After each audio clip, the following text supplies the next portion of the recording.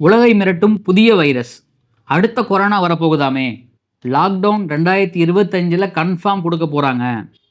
அது மட்டும் இல்லாமல் இந்த வைரஸ்க்கு தடுப்பூசியே கிடையாது. எப்போவுமே டிசம்பர் மாதம் தானே அழிவு வரும். இப்போ என்ன ஜனவரியில் வந்திருக்கு. நிறைய பேர் பயமுடுத்துகிறாங்க. ஸோ இந்த வைரஸோட இம்பேக்ட் எந்த அளவுக்கு இருக்க போகுது, என்னென்ன விஷயங்கள்லாம் நடக்க போகுது, நம்ம என்ன மாதிரி விஷயங்கள்லாம் பண்ணாமல் இருக்கும் அப்படின்னு பல கேள்விக்கு இந்த வீடியோ விடை இருக்க போகுது. டைட்டில் பார்த்து எந்த முடிவும் எடுக்காதீங்க. வீடியோ ஸ்கிப் பண்ணாமல் பாருங்கள். Welcome to the channel. நான் உங்கள் விஷால் சரவணன். வாங்க வீடியோக்குள்ளே போகலாம். டெய்லி அப்டேட்ஸ், டெய்லி வீடியோஸ்க்கு மறக்காமல் நம்ம சேனலை சப்ஸ்கிரைப் பண்ணி பெல் ஐக்கானை கிளிக் பண்ணிக்கோங்க. நம்ம 2025 முதல்ல வந்த செய்தியே பார்த்திங்கன்னா, புதியதாக ஒரு வைரஸ் சீனாவில் பரவிக்கிட்டு இருக்கு. மக்கள் கூட்டம் கூட்டமாக மருத்துவமனையை அணுகிட்டு இருக்காங்க. அங்கே இருக்கிற பிரச்சனைகள், அதாவது இதனுடைய நோயோடைய அறிகுறிகள், இந்த நோயோடைய விளைவுகள் கிட்டத்தட்ட கொரோனாவை கம்பேர் பண்ணும்போது ஈக்குவல்டாக இருக்குது அப்படிங்கிற செய்தி வரும்பொழுது நமக்கு ஆட்டோமேட்டிக்காக 5 வருடங்களுக்கு முன்னாடி 2019 டிசம்பரில் ஃபஸ்ட்டு கொரோனா கேஸ் இந்தியாவில், அன்னையிலேருந்து இன்னைய வரைக்கும் ஒரு வைரஸ்னு பேரை கேட்டாலே நமக்கு எல்லாத்துக்கும் மிகப்பெரிய ஒரு பயம் இருக்குது. ஐயோ திரும்பவும் லாக்டவுன் வந்துருச்சுன்னா நம்மளுடைய வாழ்வாதாரத்துக்கு என்னடா பண்ணுறது அப்படிங்கிற மாதிரி கேள்வி அனைத்து மக்களுக்குமே இருக்குது, அண்டைய தரப்பட்ட மக்களுக்கும். அப்படி இருக்கும் பொழுது அந்த வைரஸுடைய தாக்கம் எந்த நாடுகளும் சும்மா இருக்கல. எல்லா நாடுகளும், அமெரிக்கா ஆரம்பித்து, ஆஸ்திரேலியா ஆரம்பித்து, இந்தியா, சைனா, எல்லா இடத்துலையுமே அதனுடைய தாக்கமும் அதனுடைய விளைவுகளும் ரொம்ப மோசமாகவே இருந்துச்சு. உயிரிழப்புகளாக இருக்கட்டும், பொருளாதார இழப்புகளாக இருக்கட்டும், வாழ்வாதாரம் பாதிக்கப்பட்ட விஷயங்களாக இருக்கட்டும், எல்லா விஷயமும் மக்களுக்கு, அரசாங்கத்துக்கும் நிறைய பாதிப்புகள் இருந்துச்சு. அதே மாதிரி ஒரு பாதிப்பு இதுக்கப்புறம் வரக்கூடாது அப்படின்னு தான் ஒவ்வொரு மனிதனும் நினைப்பான். அதே மாதிரி ஒரு பாதிப்பு 2025 சீனாவில் ஒரு புதிய வைரஸ் பரவிக்கிட்டு இருக்கு. அந்த வைரஸோடைய மிகப்பெரிய ஒரு இம்பேக்ட் என்னன்னு பார்த்தீங்கன்னா, கூட்டம் கூட்டமாக மக்கள் மருத்துவமனைக்கு போயிட்டு இருக்காங்க. மூச்சு திணறல் ஏற்படுது. மாஸ்க் அணியணும்னு சொல்கிறாங்க. கைகளை நன்றாக கழுவ சொல்கிறாங்க. சரி, இந்த வைரஸ் எதன் மூலயமாக பரவுகிறது? இந்த வைரஸுடைய பெயர் என்ன? HMPV அப்படின்னு சொல்கிறாங்க இந்த வைரஸ். ஸோ இதனுடைய விரிவாக்கம் நம்மளுடைய அந்த HMPVங்கிறது கிட்டத்தட்ட கொரோனாவுக்கு நிகரான ஒரு வைரஸ் அப்படின்னு சொல்கிறாங்க. இதனுடைய அறிகுறிகள் என்னவாக இருக்கும்?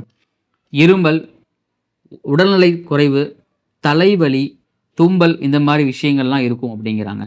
மூச்சு திணறல் கண்டிப்பாக இருக்கும் அப்படிங்கிறாங்க. எந்த வயதினரை இது தாக்கும்? இது பார்த்திங்கன்னா சிறியவர்களிலிருந்து, அதாவது சிறியவர்களிலிருந்து 5 வயதிலிருந்து இருக்கக்கூடிய குழந்தைகளையும் இளைஞர்களை அதிகமாக தாக்குது. அதுக்கப்புறம் 60 வயதுக்கு மேலே உள்ள முதியவர்களையும் தாக்குது அப்படிங்கிறாங்க. அப்போது இதனுடைய கட்டுப்பாடுகள் எப்படி இருக்கணும்னா, தனி மனித இடைவேளை கண்டிப்பாக ஃபாலோ பண்ணணும். அனைவரும் முகக்கவசம் அணிய வேண்டும் அப்படிங்கிறாங்க. கைகளை சுத்தமாக கழுவ வேண்டும். அதை விட ஒரு படி மேலே போய் பொது இடங்களில் கூடுவதை தவிர்க்கணும். எல்லாமே எங்கேயும் நம்ம கேள்விப்பட்ட மாதிரி இல்லை. Yes, same. இதனால தான் உலக நாடுகள் பயப்படுறாங்க. ஆனால் அதுக்கு சீனா ஒரு விளக்கம் கொடுத்துருக்காங்க.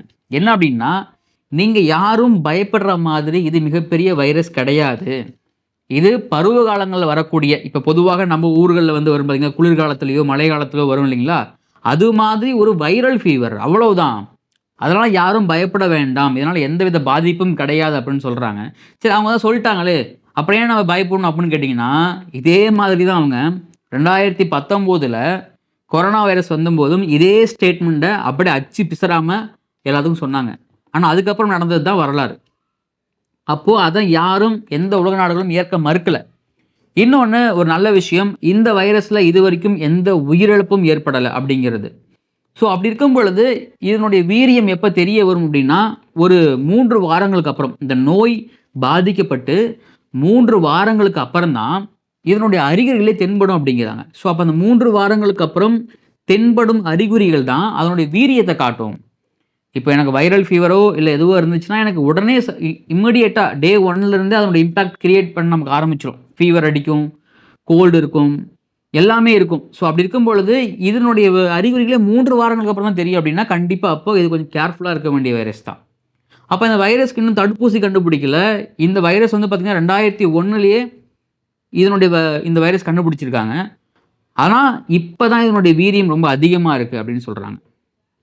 அப்போது நம்மளுடைய மருத்துவ சுகாதாரத்துறை என்ன சொல்கிறாங்க அப்படின்னா, நம்ம நாட்டில் இது வரைக்கும் யாருக்கும் அந்த பாதிப்பும் கிடையாது, யாரும் பயப்பட தேவையில்ல அப்படிங்கிறாங்க. இதையெல்லாம் நம்ம பார்க்கும் பொழுது, அப்போது திடீர்னு ஒரு நம்ம ஜனவரி மாதத்தில் இருக்கோம், வருஷம் ஆரம்பிச்சிருக்கு, எல்லாருமே நியூ இயர் அழகாக கொண்டாடிக்கிட்டு அடுத்த ஒரு கொண்டாட்டத்துக்கு ரெடி ஆகிட்டு இருக்கோம். ஸோ அப்படிலாம் இருக்கும் பொழுது இந்த மாதிரி வைரஸ் திரும்ப வரப்போகுது. அடுத்தடுத்த நாட்களில் பார்த்தீங்கன்னா இன்னும் பெரிய பெரிய பொது நிகழ்ச்சிகள் நடக்க போகுது. அப்போ இதெல்லாம் மக்கள் வந்து எந்த மாதிரி அணுகணும் அப்படின்னா, எப்போதுமே மக்கள் வந்து பார்த்தீங்கன்னா ஒரு சில அடிப்படை சுகாதாரத்தை கடைப்பிடிக்கணும் அப்படிங்கிறாங்க. ஸோ முடிஞ்ச அளவுக்கு பொது வேளைகளில் முகக்கவசம் அணியுங்க, எந்தவித தப்பும் கிடையாது. இது வந்து அந்த வைரஸ் மட்டும் கிடையாது, பொதுவாகவே உங்களோட உடல்நலத்துக்கு ரொம்ப நல்லது. வெளியில் போயிட்டு வந்தீங்கன்னா வீட்டுக்கு போய் மற்ற பொருள்களை தொடர்றதுக்கு முன்னாடி கைகள் நல்லா கழுவுங்க அப்படிங்கிறாங்க. தனி மனித இடைவெளியை ஃபாலோ பண்ணுங்க அப்படிங்கிறாங்க. ஸோ எதன் மூலயமா பரவும் சொல்லிட்டேன், தும்பல் ஏற்பட்டால் பரவும். அதே மாதிரி ஒருத்தவங்களுடைய இருமல் அந்த இருமல்ல இருந்து பரவும். அவங்களுடைய உடலை உரசும் போது அதுலேருந்து பரவும். ஸோ அப்படின்னு இந்த பரவலுடைய தன்மை இப்போ நமக்கு ஒரு வைரல் ஃபீவர் இருந்தால் வைரல் ஃபீவர் எந்த அளவுக்கு நடக்குமோ அதே மாதிரி இருக்கும். அதே மாதிரி மூச்சுத்திணறலும் ஏற்படும். ஸோ அப்படிலாம் இருக்கும் பொழுது இந்த வைரஸோடைய இம்பேக்ட் இதனுடைய இன்னும் உற்று நோக்கணும் அப்படின்னு பார்த்தீங்கன்னா, நம்ம சீனாவிலிருந்து எத்தனை பேர் படித்து போயிருக்காங்க, எத்தனை பேர் வேலைக்கு போயிருக்காங்க. ஸோ அவங்க ட்ராவல் கண்டிப்பாக பண்ணுவாங்க, எல்லா கண்ட்ரிக்கும் ட்ராவல் பண்ணுவாங்க. அதெல்லாம் நல்லா நம்ம வந்து ரொம்ப கவனிக்க வேண்டிய விஷயமா இருக்குது. இந்த காலகட்டத்தில் ஏற்கனவே ஒரு போர் ஒன்று நடந்துக்கிட்டு இருக்குது, அதனுடைய விளைவுகள் தான் மிகப்பெரிய இம்பேக்ட் க்ரியேட் பண்ணுது. 5 வருஷத்துக்கு வந்துட்டு போன கொரோனாவோட இம்பேக்ட்லேருந்து இன்னும் நிறைய பேர் மீளாமல் இருக்காங்க. அப்போது மீண்டும் அதே மாதிரி வைரஸ் அவங்க ஆனால் இல்லைன்னு சொல்கிறாங்க, நம்ம நம்ப முடியாது. நம்ம நாட்டில் நிறைய பிரச்சனைகள் நடக்குது, முக்கியமாக தமிழ்நாட்டில் பல பிரச்சனைகள் நடக்குது, அது திசை திருப்ப சொல்கிறாங்க அப்படின்னு ஒரு செய்திகள் இருக்குது. ஸோ அப்போ நம்ம இதை பல கோணத்திலிருந்து அணுக வேண்டிய இடத்துல நம்ம இப்போ இங்கே இருக்கோம். ஏன்னா நம்ம தமிழ்நாட்டிலையும் இந்தியாவிலையும் பார்த்திங்கன்னா நாளுக்கு நாள் புது புது பிரச்சனைகள் வந்துக்கிட்டே இருக்குது. பெண்களுக்கு எதிராக, குழந்தைகளுக்கு எதிராக, தாழ்த்தப்பட்டவர்களுக்கு எதிராக எல்லாத்தையுமே அடக்குமுறைகள் நிறைய நடந்துக்கிட்டே இருக்குது. அப்போது ஒவ்வொரு விஷயத்துடைய வீரியமும் எப்படி இருக்குது அதையும் நம்ம பார்க்க வேண்டியது இருக்குது. அப்போது இந்த விஷயம் இதுக்கப்புறம் முடிஞ்சிருமா, இல்லை இது தொடர்ந்து கண்டினியூ ஆகுமா, இதை வந்து உலக சுகாதார அமைப்பு வந்து எந்த அளவுக்கு கையாள போகிறாங்க. ஸோ இந்தியாவுடைய இந்த இடத்துல வந்து இந்த வைரஸை தடுக்கிறதுக்கு என்ன மாதிரி நடவடிக்கைகள் எடுக்க போகிறாங்க, அப்படி நடவடிக்கை எடுத்தாங்க அப்படின்னா பொதுமக்களுடைய பங்களிப்பு எந்த மாதிரி இருக்கணும், பொதுமக்கள் இன்னும் எந்த அளவுக்கு ஜாகிரதையாக இருக்கணும் அப்படின்னு பல கேள்விகளுக்கு இன்னும் விடை தெரியாமலே நமக்கு இருக்குது. ஸோ நிறைய நியூஸ் சேனல்ஸில் வந்து பார்த்திங்கன்னா நிறைய விஷயங்களை வந்து மக்களை பயமுடுத்துகிறாங்க. நிறைய யூடியூப் சேனல்ஸ் வந்து மக்களை பயமுடுத்துகிறாங்க, ஐயோ அப்படி ஆயிடுச்சு, ஐயோ இப்படி ஆயிடுச்சு அப்படின்னு. பட் நான் திரும்பவும் சொல்கிறது என்னென்னா, நீங்கள் ஒரு செய்தியை பார்க்குறீங்க அப்படின்னா அந்த செய்தியை தலைப்பு மட்டும் பார்த்துட்டு முடிவு பண்ணாமல் அதுக்குள்ளே போய் படித்து பாருங்கள். ஒரு 2 நிமிடம் செலவழிங்க. படித்து பார்த்துட்டு அதனுடைய வீரியத்தையும் அதன் உண்மைத்தன்மையும் நீங்கள் புரிஞ்சுக்கணும். அப்போ தான் நமக்கும் நம்மளை சுற்றியவங்களுக்கும் நம்ம பாதுகாப்பாக இருக்க முடியும். ஸோ இப்போ இந்த வைரஸ் இப்போது சீனாவில் மிக அதிகமாக பரவிட்டு இருக்கு. அங்கே இருக்கிற மருத்துவமனைகளில் நிறைய பேஷண்ட்ஸ் வந்து அட்மிட் ஆகுறாங்க. அது உண்மைதான். ஒருவேளை அது சாதாரண சீசன் டைமில் வரக்கூடிய வைரல் ஃபீவராகவும் இருக்கலாம். அப்படி இல்லைன்னா கொரோனா மாதிரி ஒரு வீரியமான வைரஸாகவும் இருக்கலாம். ஆனால் அதுக்கு இன்னும் காலங்கள் எடுக்கும். அதை இன்னும் நம்மளால் கணிச்சு கரெக்டாக சொல்ல முடியாத நேரத்தில் நம்ம இப்போதைக்கு இருக்கோம். ஸோ அதை பற்றி அப்டேட்டுகள், அதை பற்றின அடுத்தடுத்த விஷயங்கள், செய்திகள் தொடர்ந்து நம்மளுடைய சேனலில் கொடுக்க போகிறோம். மறக்காமல் நம்ம சேனலை சப்ஸ்கிரைப் பண்ணிக்கோங்க, மறக்காமல் நம்ம சேனலை ஃபாலோ பண்ணிக்கோங்க இது வரைக்கும் ஃபாலோ பண்ணாதவங்க. ஸோ நாளைக்கு அடுத்த புது வீடியோவில் அடுத்த புது விஷயத்தை உங்களுக்கு சொல்ல ரெடியாக இருக்கேன். கருத்துக்கள் கமெண்ட்டில் பதிவு பண்ணுங்கள். வீடியோ பிடிச்சிருந்தால் உங்கள் ஃப்ரெண்ட்ஸுக்கு ஷேர் பண்ணுங்கள், லைக் பண்ணுங்கள். நான் உங்கள் விஷால் சரவணன். நன்றி, வணக்கம்.